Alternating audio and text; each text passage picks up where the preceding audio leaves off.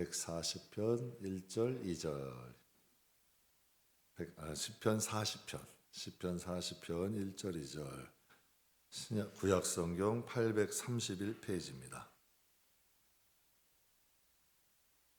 시편 40편 1절과 2절. 우리 다 찾으셨으면 함께 봉독하겠습니다. 내가 여호와를 기다리고 기다렸더니 귀를 기울이사 나의 부르짖음을 들으셨도다. 나를 기가 막힐 웅덩이와 수렁에서 끌어올리시고 내 발을 반석 위에 두사 내 걸음을 견고하게 하셨도다. 아멘. 이게 다윗의 시편인데요. 지금 본문 1절 2절만 읽어보면 어떤 지금 상황이에요? 다윗이 기가 막힐 웅덩이와 수렁에 지금 빠진 상황이에요. 기가 막힐 웅덩이와 수렁에 빠진 상황인데 하나님께 기도했어요. 그러면 즉각 응답된 거예요? 응답이 좀 더딘 거예요? 기다리고 기다렸더니 인내의 시간이 있는 거죠. 그랬더니 결국 어떻게 하셨대요? 기가 막힐 웅덩이와 수렁에서 끌어올리시고 내 발을 어떻게? 반석 위에 두사 걸음을 견고하게 하셨더라. 참 이 1절 2절만 봐도 굉장히 참 힘이 되는 말씀이죠. 오늘 여러분과 함께 성도는 집을 짓는 사람이다. 성도, 집을 짓는 사람들, 이란 제목으로 여러분과 잠깐 은혜 나누겠습니다. 여러분 요즘 가끔 새벽에 주무시다 보면 휴대폰에서 경고음이 막 울리죠. 윙 소리도 되게 커요. 진동으로 해놔도 울립니다. 그러니까 재난 경보 문자예요. 그래서 새벽에도 막 울려요. 요즘 자주 울리는 재난 경보가 뭐가 있나요? 지진이죠. 제가 어릴 땐 이런 일이 별로 없었는데 요즘 좀 이런 일이 많이 있는 것 같아요. 그래서 국립재난안전연구원에서 이런 발표를 했어요. 우리나라도 더 이상 지진 안전지대가 아니다. 지진이 일어날 수 있는 단층이 우리나라에 450개가 있다. 이런 발표를 실제적으로 했어요. 지난해 전북 부안에서 지진 4.8의 지진이 일어났죠. 벽이 무너져요. 실제로 벽이 무너졌고요. 유리창이 깨지고 화장실에 타일들이 막 떨어졌어요. 그래서 전국에 약 1,100여 건의 사건, 이런 피해 신고가 있었다 그래요. 여러분 우리나라에서 제일 높은 빌딩이 어딜까요? 잠실에 있는 롯데타워. 그게 123층인데요. 높이가 무려 555m예요. 웬만한 산이에요. 엄청나게 높은 거죠. 어마어마한 높이죠. 만약에 지진이 나면 그 건물 안전할까요? 위험할까요? 위험할 것 같죠. 너무 높으니까. 너무 위험하니까. 너무 높으니까. 근데 만약 지진이 나면 교회 앞에 보면 4층짜리 상가 건물들이 많아요. 나지막하죠. 실층에서 봐도 낮아요. 그럼 만약 지진이 나면 저 4층짜리 건물이 안전할까요? 끝도 안 보이는 555m짜리 롯데타워가 안전할까요? 여러분 교회 앞에 있는 이 4층 건물은 조그만 지진이 나도 무너집니다. 필로틴 구조라 그래서 얇은 꼭 여러분 기둥 하나에 의지하고 있어요. 지진이 나면 저 4층짜리 건물은 그냥 넘어져요. 그런데 롯데타워는요 9.0 이상의 지진이 와도 무너지지 않는데요. 지진 관측 사상 세계에서 여러분 9.0 이상의 지진이 난 것은 딱 5회 있었대요. 그러니까 여러분 아무리 큰 지진이 나도 롯데타워 들어간 사람은 무너지지 않는 거예요. 참 희한한 일이죠. 이해가 안 되죠. 제가 이런 설교를 해도 저는 건축을 잘 몰라서 그런지 모르겠는데 이해가 안 돼. 어떻게 123층짜리가 더 안전해? 4층짜리가 훨씬 안전해 보이잖아요. 여러분 기초가 튼튼하지 않으면 낮아도 위험할 수 있는 거예요. 근데 기초가 튼튼하면요 아무리 높이 올라가도 안전한 거지. 신앙도 비슷한 거예요. 기초가 안 좋으면 아무리 낮은 집도 무너질 수 있는 거고 기초가 튼튼하면 아무리 높이 올라가도 안전할 수 있는 거죠. 제 개척 전에 서울에서 오래 살았는데요. 저희 집이 북한산 자락에 있었어요. 그 주위에 보면은 높은 소나무들이 참 많았어요. 근데 그 높은 소나무들 올라가다 보면 다 새 집들이 하나 있어요. 근데 제가 가끔 거기서 지나다니고 산책도 하면서 좀 의아했던 점이 있어요. 새 집 보면 어때요? 좀 어설프죠. 그냥 대충 얽히설키진 것 같아요. 그런데 제가 거기 오래 살면서 봐도요, 아무리 강한 태풍이 와도 새 집은 안 날아가더라고요. 참 희한한 일 아니에요? 아무리 강한 태풍이 지나가도 새 집은 무너지지 않아요. 안 날아가요. 근데 새 중에서도 둥지를 가장 튼튼하게 짓는 새가 있대요. 까마귀래요. 여러분, 아주 강한 태풍이 와도 다른 새들의 둥지는 혹시 날아갈 수 있어도 까마귀들이 지은 둥지는 날아가지 않대요. 참 신기한 일이죠. 까마귀들은 어떻게 이렇게 튼튼한 둥지 지을까요? 성경에 보면은 신앙은 집을 짓는 것에 비유해요. 신앙은. 그래서 여러분, 쉽게 무너지는 신앙도 있고요. 정말 목숨을 위협하고 어떠한 역경이 와도 무너지지 않는 신앙도 있어. 정말 여러분 사소한 일로 인하여 시험 져서 넘어지는 신앙도 있고요. 정말 불같은 시험이 와도 까딱없는 신앙들이 있더라고요. 그럼 우리는 신앙의 집을 잘 짓고 있냐는 얘기예요. 신앙은 집 짓는 거예요. 여러분 안에는 지금 집이 있어. 그럼 여러분의 신앙의 집은 잘 짓고 계시냐는 거예요. 저는 여러분과 함께 신앙생활 해도 이거 점검 안 하면 안 되잖아요. 이것 가지고 여러분 우리가 천국 가는 건데. 하나님이 노아에게 방주 만들라고 하실 때요, 이렇게 말씀하세요. 너와 너 가족을 위해서 방주를 만들래요. 인류 구원이 아니에요. 여러분에 있는 신앙의 집을 통하여 여러분과 여러분의 가정이 구원받는 거예요. 이거 그렇다면 우리의 신앙의 집을 점검해야 되잖아요. 그래서 오늘 까마귀 비유를 통해서 까마귀는 튼튼한 둥지를 빚는 비결이 두 가지가 있대요. 그래서 이걸 신앙에 좀 접목해서 여러분과 함께 은혜 나누고자 합니다. 까마귀가 이렇게 아무리 강한 태풍이 와도 무너지지 않고 날아가지 않는 집을 짓는 비결이 두 가지가 있는데, 첫째는 좋은 재료를 쓴대요. 까마귀는 집을 질 때도요, 좋은 재료를 쓴대요. 보통 새들은 주변에서 찾기 쉬운 나뭇가지나 이런 것들로 집을 짓는데요. 그런데 까마귀는요, 적합한 재료를 찾기 위해서 눈이 오나 비가 오나 좀 멀어도 적합한 재료를 찾으러 다닌다 그래요. 그럼 여러분, 까마귀는 집을 짓 때 날림공사 해요, 안 해요? 안 하는 거예요. 새인데도요, 자기의 집 짓는데 날림공사 안 한대요. 까마귀들도 튼튼한 집 짓는다는 거죠. 제 개척 초기에 요 집 앞에 이제 공터가, 상가들이 다 안 들어섰어요. 공터가 있었는데 개척 초기에 상가 두 건물이 같이 공사를 시작하더라고요. 그래서 7층에 이제 그 당시 목양실이 있었으니까 집 짓는 게 다 보여요. 한 곳은 정상적으로 H빔도 세고 딱 갔다가 정상적으로 공정해서 내가 봐도 건축을 잘 모르는 내가 봐도 튼튼하게 짓더라고. 근데 한 건물은 중고 H빔이야. H빔도 막 이었어. 그거 가지고 짓더라고요. 어떤 건물이냐고 물어보지 마세요. 참 곤란해다가. 이제 참 신기하더라고. 한 건물은 제대로 짓고요. 한 건물은 여러분 막 중고 H빔 막 그 용접해가지고 붙인 H빔들을 사용하더라고요. 그래서 한 곳은 제가 봐도 좀 어설퍼. 재료도 여러분 아니야. 그러니까 비슷한 건물이에요. 지금 볼 때는 다 비슷해. 근데 기초는 어때요? 다른 거죠. 기초는 다른 거예요. 교인들도 마찬가지 같아요. 기초가 튼튼한 교인이 있어요. 교인들도 기초가 튼튼한 교인이 있고 기초가 부실한 교인도 있어. 여러분, 집사님은 다 똑같은 신앙일까? 틀려요. 여러분, 똑같은 집사님이지만 기초가 달라. 권사님들은 다 똑같은 신앙일까? 틀려요. 기초가 다 달라. 참 이상하게요. 근데 그게 언제 알 수 있냐면 태풍이 불 때, 홍수가 불 때, 불 같은 고난이 딱 닥치면 신앙의 실체가 드러나더라고. 참 신기한 일이에요.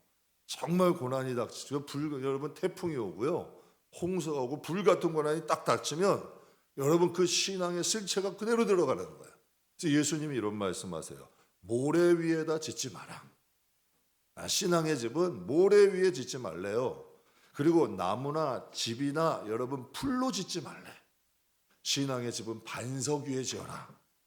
금이나 은이나 보석으로 지으래요. 그렇다면 여러분, 교인들의 신앙의 기초는 언제 알 수 있을까? 좀 구체적으로 어떤 상황이 딱 닥치면 교인들의 신앙을 알 수 있을까요? 첫째는 잘 될 때 알 수 있어. 막 갑자기 일이 막 잘 돼. 막 만사형통되고 막 잘 될 때 신앙의 기초를 알 수 있어요. 잘 될 때 보면 신앙의 기초가 튼튼한 사람은 누구에게 영광 돌릴까요? 하나님께 영광 돌려. 하나님께 감사해. 예수님이 10명의 문둥병자 고쳐주셨지만 몇 명만 찾아와요? 그건 좀 너무한 것 같아. 10명 고쳐줬어요. 9명은 다 자기 길 가요. 한 명만 돌아와요. 한 명만 예수 믿었다는 얘기예요. 10명 병 고쳐줬는데 한 명만 신앙 가진 거예요. 참 희한한 일 아니에요? 그리고 여러분, 기초가 부실한 신앙은 누구 자랑할까요? 자기 자랑하는 거예요. 자기가 고생해서, 자기가 노력해서, 자기가 힘들여서 잘 됐다는 거지. 자기 자랑하는 거예요. 자신 높이는 거죠. 그리고 감사하지 않아. 처음엔 감사할지만 더 욕심내. 참 희한한 일이에요. 하나님이 그만큼 주셨으면 이거 감사하고 살아야 되는데 더 욕심내는 거야. 더 주세요. 더 해주세요. 참 신기한 일이더라고요. 그리고 바쁘고 분주하다는 핑계로 하나님을 섬기는 일에 소홀하기 시작해. 잘 되는 사람들 딱 보면 벌써 거기서 차이가 나는 거예요. 신앙에 부실한 사람은 자기 자랑하고 자기 높이고 감사보다는 더 욕심내는 거야. 그리고 어떻게 한다고요? 바쁘다는 핑계로 하나님과 점점 멀어져. 그럼 여러분 또 언제 알 수 있을까? 구체적으로 안 될 때 알 수 있어. 안 될 때 딱 보면 신앙의 기초가 튼튼한 사람은 남의 탓하지 않아요. 남의 탓하지 않습니다. 욥도 그랬죠. 성경에 보면 신앙의 기초가 튼튼한 사람은 절대 남의 탓하지 않아요. 그리고 기도하며 인내합니다. 그리고 안 될수록 어떻게 돼요? 하나님께 새로운 일을 시작하신다. 믿음 가져요. 소망 가져요. 그리고 축복해요. 참 희한한 사람이에요. 안 될 때 딱 보면 믿음의 기초가 튼튼한 사람은 오히려 하나님의 믿음의 고백을 하고 오히려 소망을 가져요. 그래서 여러분, 코로나 기간에 평신도 가수예요.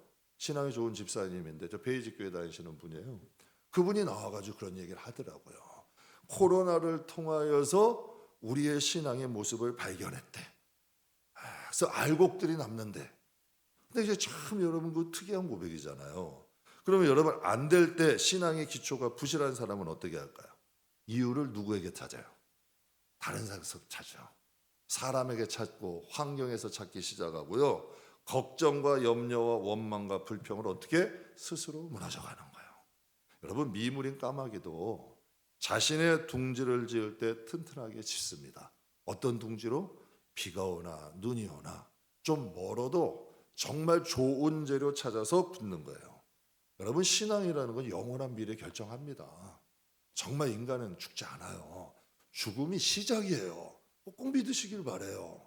진짜 우리의 시각은 죽음 이후예요. 그러니까 신앙의 집은 튼튼하게 지으셔야 돼요.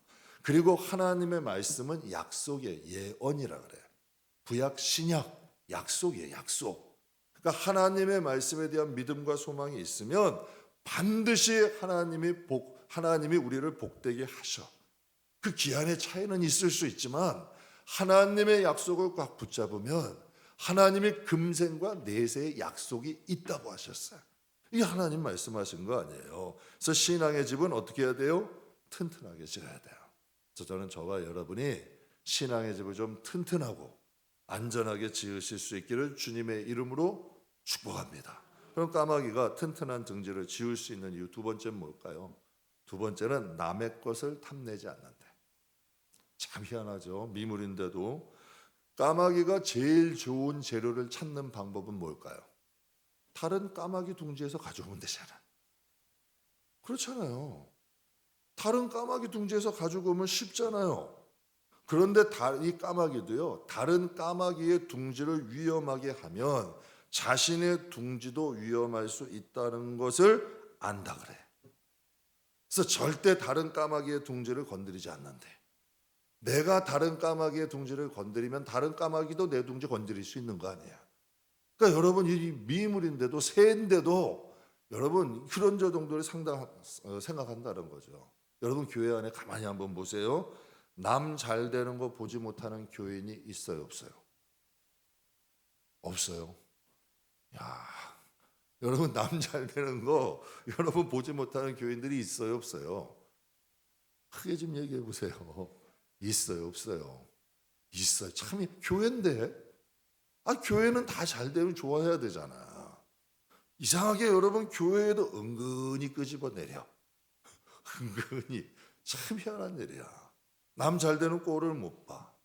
험담 뒤에서 잘하고 판단, 비난 좋아하는 교인들이 있어요. 여러분 상식적으로 한번 봅시다. 하나님이 살아계신다면 그런 교인이 잘 될 수 있겠냐는 얘기예요. 하나님이 없으니까 그렇게 하는 거예요. 하나님에 대한 믿음이 없으니까 그게 가능한 거예요.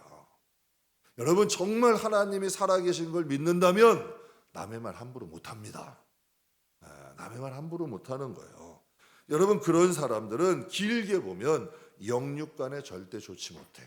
부메랑처럼 여러분 심은 대로 거두게 되는 거예요. 그래서 전도서의 4장에 이런 말씀이 있어요. 같이 한번 읽겠습니다. 한 사람이면 세 겹줄은 끊어지지, 한 사람이면 패할 수 있고 두 사람이면 좀 맞설 수 있고 삼겹줄은 끊어진대요, 안 끊어진대요? 안 끊어진다는 거예요. 여러분 까마귀도 자신들의 동족이 안전하고 많아지면 자신도 안전해진다는 것 좀 알아. 그렇잖아요. 자신이 여러분 둥지가 여러분 까마귀들도 자신의 동족들이 좀 안전하고 동족들이 많아지면 자기도 안전해질 거 아니에요. 그래도 여러분 좀 힘들어도 동료 까마귀들 해롭게 하지 않는 거예요.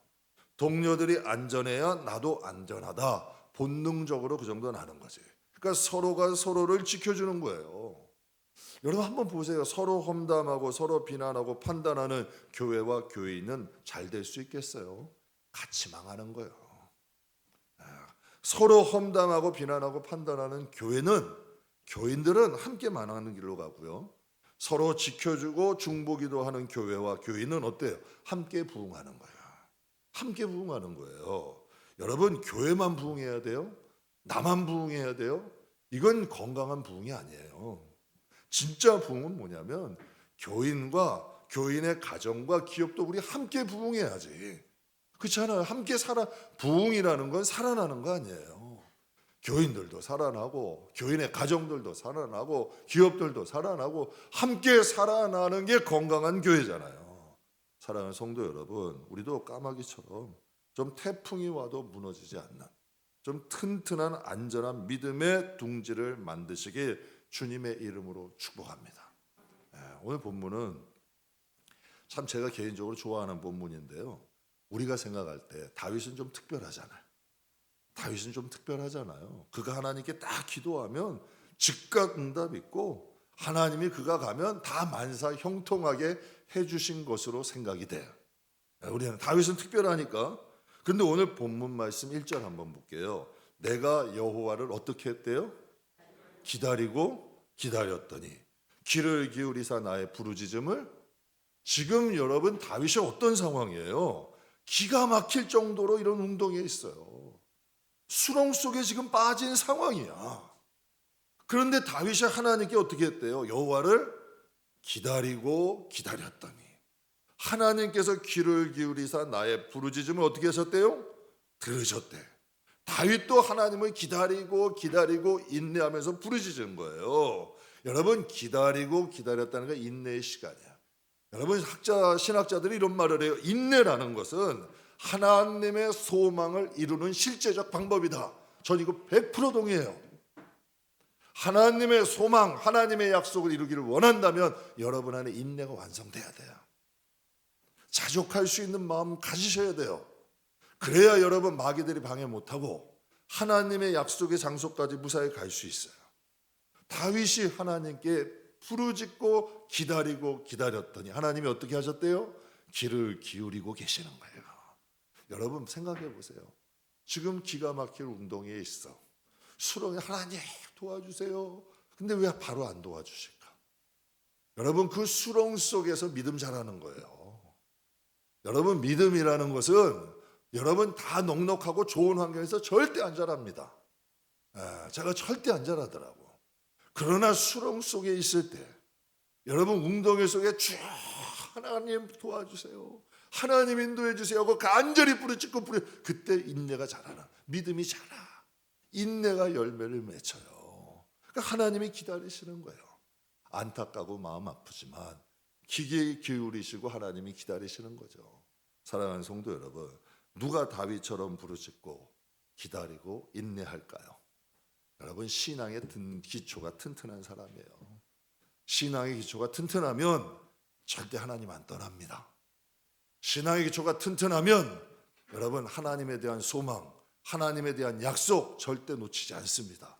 그래서 성도는 신앙의 기초가 튼튼해야 돼요. 신앙의 기초가 튼튼하면 하나님을 믿고 기다릴 줄 알아요. 그럼 다윗이라는 사람의 신앙은 어때요? 여러분, 그 뿌리가 굉장히 든든한 사람이야. 저는 이 다윗에 대한 이야기를 읽을 때마다 어떻게 골리앗 앞에서 담대해요. 정말 어떻게 사울이 죽인다고 10년을 쫓아다니는데도 하나님에 대한 신뢰가 변함이 없어. 그 뿌리가 든든하잖아. 신앙의 기초가 튼튼하잖아. 이 기초가 어떻게 만들어졌을까? 성경에 여러분 시편 143편 8절 같이 한번 읽어보죠. 아침에 나로 하여금 주를 의뢰함이니이다. 내가 다닐 길을 알게 하소서. 내가 내 영혼을 주께 드림이니이다. 이게 지금 다윗이 고백한 거예요. 제가 새벽에도 함께 은혜 나오는 이 말씀 때도 좀 기가 막히더라고. 이 아침이라는 단어가 보케르라는 원어인데요, 밤이 낮으로 바뀌는 시각. 여러분, 밤이 낮으로 바뀌는 시각, 밤이 끝나는 시점. 그럼 언제예요, 여러분? 새벽이야.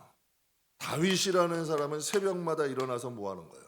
하나님, 하루를 시작하기 전에 하나님 말씀하세요. 내가 하나님 말씀 들을게요.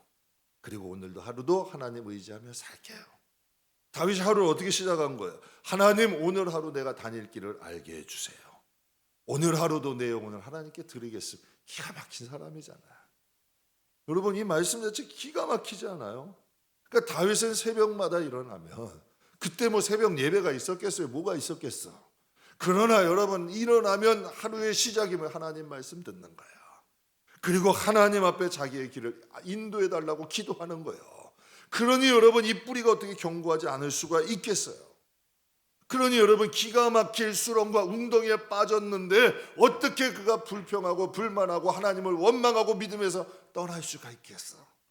그러니까 오늘 본문에 말씀하시는 거예요. 내가 여호와를 기다리고 기다렸더니 귀를 기울이사 나의 부르짖음을 들으셨도다. 나를 기가 막힐 웅덩이와 수렁에서 끌어올리시고 내 발을 반석 위에 두사 내 걸음을 견고하게 하셨도다. 저는 이 시대에요, 다윗같이 이런 신앙이 저는 필요하다고 믿어요.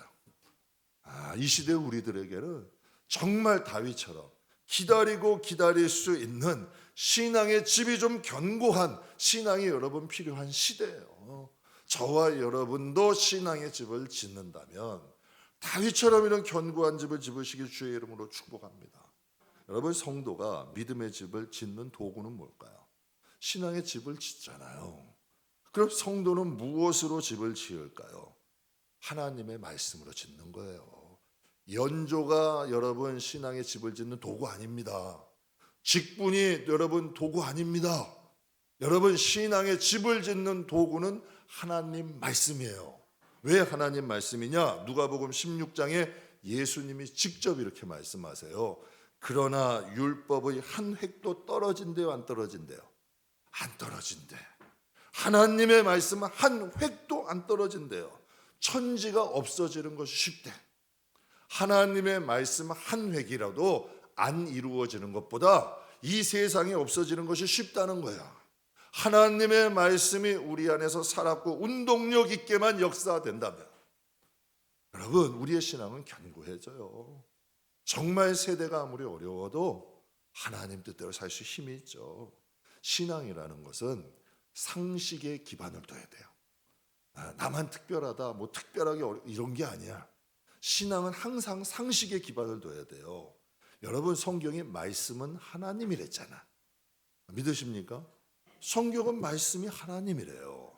하나님인 그 말씀이 우리 안에 살아있다면 그 사람이 안전해야 돼요? 안 돼야 돼요? 말씀 때문에 안전한 거예요. 말씀 때문에 소망이 이루어지는 거예요. 그래서 성도는 무엇을 가져야? 말씀에 대한 믿음을 가져야 돼요. 그래서 여러분, 뱀이 와서 아담과 하와에게 제일 먼저 한 게 뭐예요? 하나님이 그거 먹으면 죽는데 안 죽어. 너희가 하나님같이 되는 거야. 오히려 하나님과의 관계를 멀어지게 만들고 자신들을 교만하게 만들잖아. 결국 망하는 길로 가잖아요. 그러니까 하나님의 말씀에 대한 믿음을 여러분 멀리하게 하는 거예요. 그러니까 여러분, 우리가 신앙의 상식은 정말 말씀이 하나님이고 그 말씀이 우리 안에 살아있으면 그 말씀이 나를 지키는 거야. 그 말씀이 나를 소망으로 이끌어가는 거예요. 그래서 다윗 왕이 이런 고백을 해요. 우리 같이 한번 읽어보죠. 시편 19편. 또 주의 종이 이것으로 경고를 받고 이것을 지킴으로 상이 크나이다. 여러분, 다윗이라는 사람은 어떻게 보호를 받은 거예요? 하나님의 말씀을 경고로 받은 거예요. 하나님이 하지 마라 하면 안 한 거야. 가지 마라 그러면 안 간 거야. 하나님이 해라 그러면 어려워도 하는 거야. 여러분, 하나님이 가자 그러면 정말 가기 싫어도 가는 거야. 여러분, 베드로 같은 경우는 밤새도록 그물질을 했어. 근데 여러분, 어부야. 평생 직업이 어부인데 고기를 한 마리도 안 잡았어. 그날은 여러분, 고기가 잡히는 날이에요, 안 잡히는 날이야? 어부가 아니라 모르시겠어요?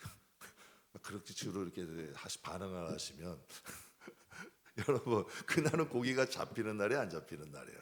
안 잡히는 날이야. 그러니까 그물 다 씻었어. 다 정리해놓고 내일 한번 나가자. 그런데 예수님이 갑자기 뭐라 그러셔? 깊은 곳으로 가자. 다시 고기 잡으러 가자.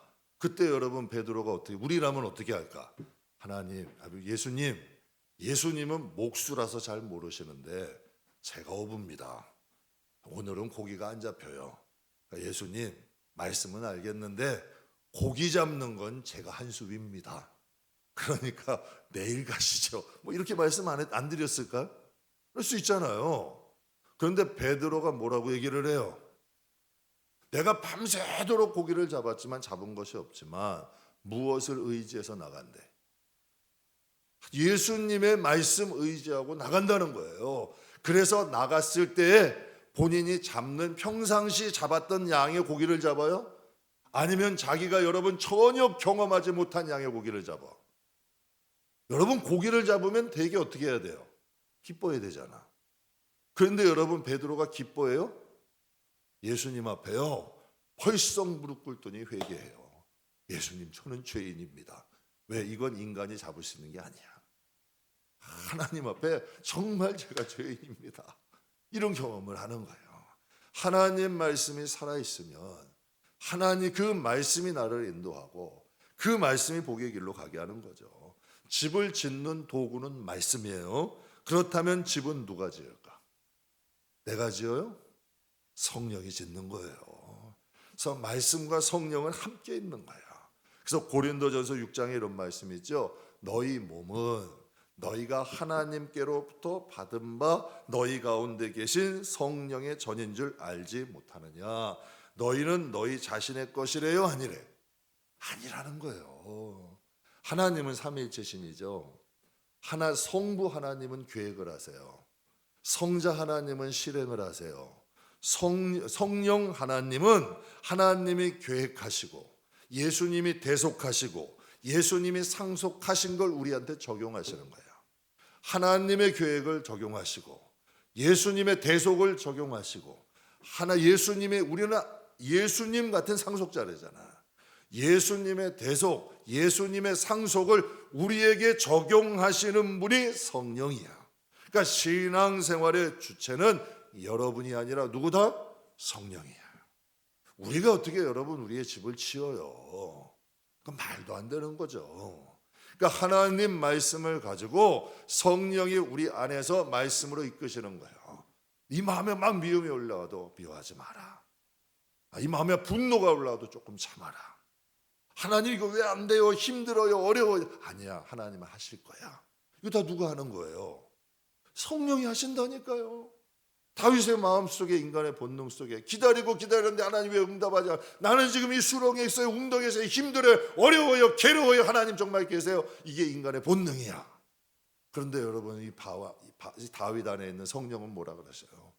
하나님이 너와 함께 하셔. 하나님이 너의 기도를 들으셔. 인내하자, 기다리자. 반드시 너의 때가 있다. 그래서 성경에 뭐라 해요? 범사의 기한이 이때잖아요. 하나님의 성령은 우리의 믿음을 지어가는 거예요. 우리는 육신만 보지만 하나님은 우리의 영혼에 관심이 더 많으셔. 그래서 영육 간의 집을 지어가시는 분이죠. 그래서 성령님은 복음을 통해 우리가 하나님 백성 되게 하시는 거예요. 하나님 자녀 되게 하시는 거죠. 성경에 보면 이런 말씀이 있죠. 부르심을 받았으나 택함 받지 못한 자가 많대요, 적대요? 성경에 많대요. 부르심을 받았는데 택함 받지 못한 자가 많다는 거예요. 그런데 성령님은 우리 안에서 말씀으로 인도하심으로 우리를 하나님 백성, 하나님 자녀로 지어 가시는 거예요. 그래서 성경의 예언대로 부름받은 자들이 택함을 받을 수 있도록, 하나님의 양자로서 하나님 나라를 상속할 수 있도록 성령이 말씀을 통하여 우리를 온전케 하는 거예요. 그래서 교훈도 하시고 책망도 하시고 바르게도 하시고, 이게 성경을 주신 목적이라잖아요. 온전하게 하시고 선도 행하게 하시고, 그래서 우리를 세우신다는 거예요. 신앙이. 그래서 우리를 하나님 자녀, 하나님 백성 만드시는 거죠. 말씀 마무리하겠습니다. 사랑하는 성도 여러분, 신앙생활이란 집을 짓는 거다. 신앙생활은 집을 짓는 거다. 성도는 영적으로 집을 짓는 사람들이다. 그러면 여러분, 우리는 모래 위에 짓고 있는 건 아니에요. 나무나 풀이나 집으로 우리 짓고 있는 건 아니냐는 얘기예요. 신앙의 집은 반석 위에 지어야 돼요. 금이나 은이나 보석으로 불타지 않고 무너지지 않는 집 지어야 됩니다. 사랑하는 성도 여러분, 까마귀도 집을 지을 때 좋은 재료 씁니다. 그리고 절대 남의 것 훔쳐와서 하지 않아요. 자기의 집을 자기가 져요. 사랑하는 성도 여러분, 천국 가는 그날까지 우리도 믿음의 집 튼튼하게 집시다. 말씀과 성령의 인도함 안에서 더 사랑하는 하나님이 붙여주신 성도들과 함께 합력하여 하나님께 영광 돌리고 하나님께 기쁨을 드리는 저와 여러분 다 되시길 주님의 이름으로 축복합니다. 기도하겠습니다.